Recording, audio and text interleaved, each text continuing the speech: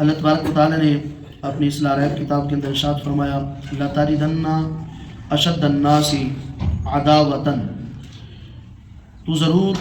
پائے گا لوگوں میں سے سب سے زیادہ دشمن لِلَّذِينَ آمَنُوا، ایمان والوں کا،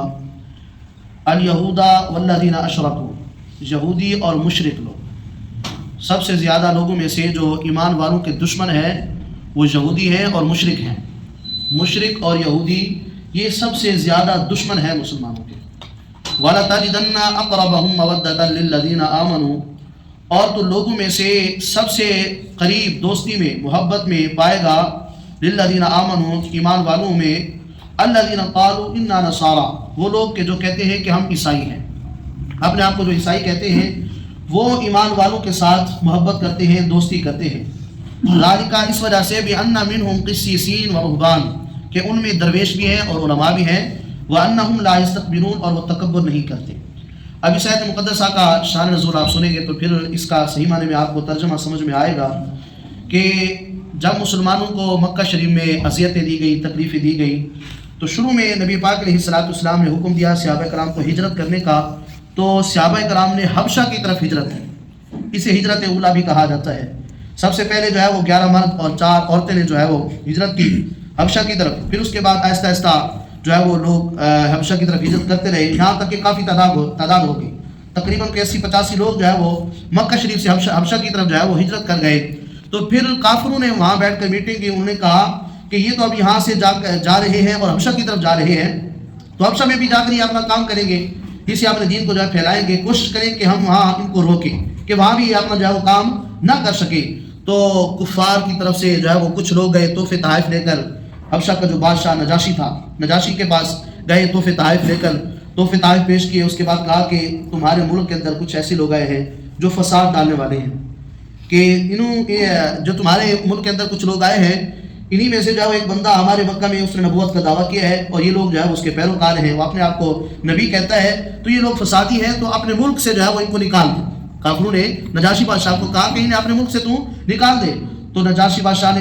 کہا کہ ایسے میں فیصلہ نہیں کروں گا جب تک کہ میں ان سے بات نہ کروں۔ ان مہاجرین میں حضرت جعفر بن ابی طالب رضی اللہ تعالیٰ، حضرت علی مرتضیٰ کے بھائی، یہ بھی جو ہے وہ مہاجر تھے، ہجرت کر کے حبشہ میں آئے ہوئے تھے۔ تو نجاشی بادشاہ نے جو ہے وہ حضرت جعفر بن ابی طالب رضی اللہ تعالیٰ کو بلایا اور پوچھا کہ تم لوگ کون ہو؟ کہا کہ ہم مسلمان ہیں۔ کہا کہ تمہارا حضرت عیسیٰ علیہ السلام کے بارے میں کیا عقیدہ ہے؟ وہ نجاشی بادشاہ خود عیسائی تھا، تو اس نے کہا کہ حضرت عیسیٰ علیہ السلام کے بارے میں تمہاری کیا رائے ہے، تمہارا کیا عقیدہ ہے؟ تو حضرت جعفر بن ابی طالب رضی اللہ تعالیٰ فرمایا کہ ہمارا حضرت عیسیٰ علیہ السلام کے بارے میں یہ عقیدہ ہے کہ وہ اللہ کے بندے ہیں، خدا نہیں ہے، وہ اللہ کے بندے ہیں اور اللہ کے رسول ہیں، کلمۃ اللہ ہے، روح اللہ ہے، اور آپ کی ماں حضرت مریم علیہ السلام کنواری ہیں اور پاک ہیں، کنواری ہیں اور پاک ہیں۔ حضرت عیسیٰ علیہ السلام اللہ کے بندے ہیں، رسول اللہ ہے، کلمۃ اللہ ہے، روح اللہ ہے۔ جب یہ بات حضرت جعفر بن ابی طالب رضی اللہ تعالیٰ فرمائی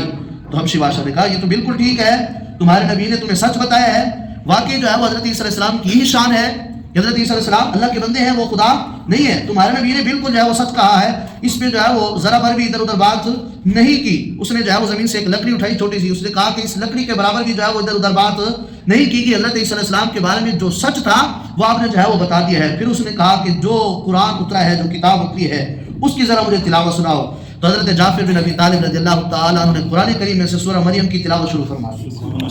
اس دربار میں سورہ مریم کی تلاوت شروع فرمائی، تو جب حضرت جعفر نے قرآن کی تلاوت شروع فرمائی تو بادشاہ بھی رونے لگ گیا اور اس کے پاس جو درویش لوگ بیٹھے تھے وہ بھی رونے لگ گئے، بے اختیار جو ہے انہیں رونا آ گیا قرآن سن کر۔ تو پھر نتیجہ کیا ہوا؟ اس نے کہا کہ نہیں، میں ان لوگوں کو نہیں بھگاؤں گا۔ اس نے کہا کہ تمہیں کھلی اجازت ہے، تم اپنے دین کا جو ہے وہ کام اس میرے ملک میں کر سکتے ہو، تمہیں جو ہے وہ کوئی خطرہ نہیں ہے۔ تو پھر آخر کار وہ نجاشی بھی مسلمان ہو گیا، اس نے بھی جو ہے وہ اسلام کو قبول کرنے ایمان لے آیا۔ تو اللہ تبارک و تعالیٰ نے اس آیت مقدسہ میں یہی بات بیان فرمائی ہے، فرمایا کہ مسلمانوں کے جو سب سے زیادہ دشمن ہیں وہ یہودی اور مشرک ہیں، اور عیسائیوں میں سے کچھ لوگ ان سے پیار کرنے والے ہیں، جیسا کہ نجاشی بادشاہ نے مسلمانوں کے ساتھ پیار کیا، اپنے ملک میں جو ہے وہ رہنے دیا اور دین اسلام کا جو ہے انہیں کام کرنے دیا۔ اللہ تبارک و تعالیٰ فرمایا کہ ان کی خصوصیت یہ ہے کہ ان میں درویش بھی ہیں اور علماء بھی ہیں، اور وہ لوگ تکبر نہیں کرتے،